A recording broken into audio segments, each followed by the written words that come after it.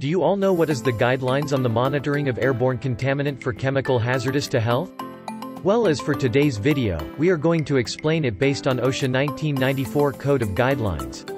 Before we begin, this educational video is prepared in fulfillment of the requirements for EKC367 Plant Safety course.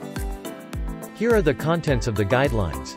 There are 12 of it, starting from the introduction of guidelines until chain of custody and frequency of monitoring. So, what is the purpose of this guideline? The purpose of these guidelines is to supplement the requirement of Regulation 26 of the Occupational Safety and Health Use and Standards of Exposure of Chemicals Hazardous to Health Regulations 2000, specifying a method of monitoring and analysis. The next question that people always ask is, what is the airborne contaminant? Airborne contaminants are those materials that are part of the air mixture but are foreign to the normal state of the mixture. The contaminants in the air may be harmful, irritating, or a nuisance to humans. These contaminants may be the result of natural occurrences or man's activity. Chemicals hazardous to health means any chemical or preparation which is listed in Schedule 1 or 2. Possess any of the properties in Part B, and comes within the definition of pesticide. These guidelines had been prepared to provide guidance to conduct monitoring using prescribed techniques and methods.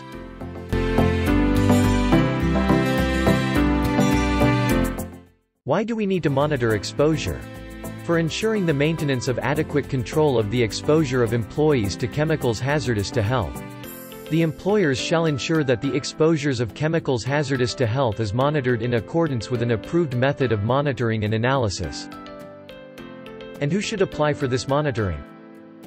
An employer or an occupier who has an industrial process, within his place of work which uses or handles chemicals hazardous to health specified in Regulation 3 of these regulations, and in which there exists potential that any employee may be exposed to chemicals hazardous to health during work.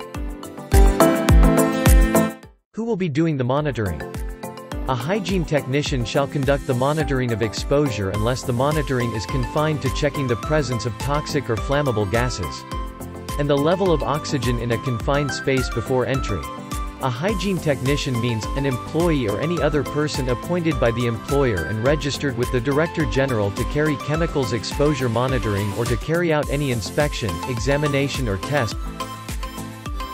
Frequency of monitoring. Monitoring has to be repeated at interval of not more than 6 months for employee exposed to chemical hazardous.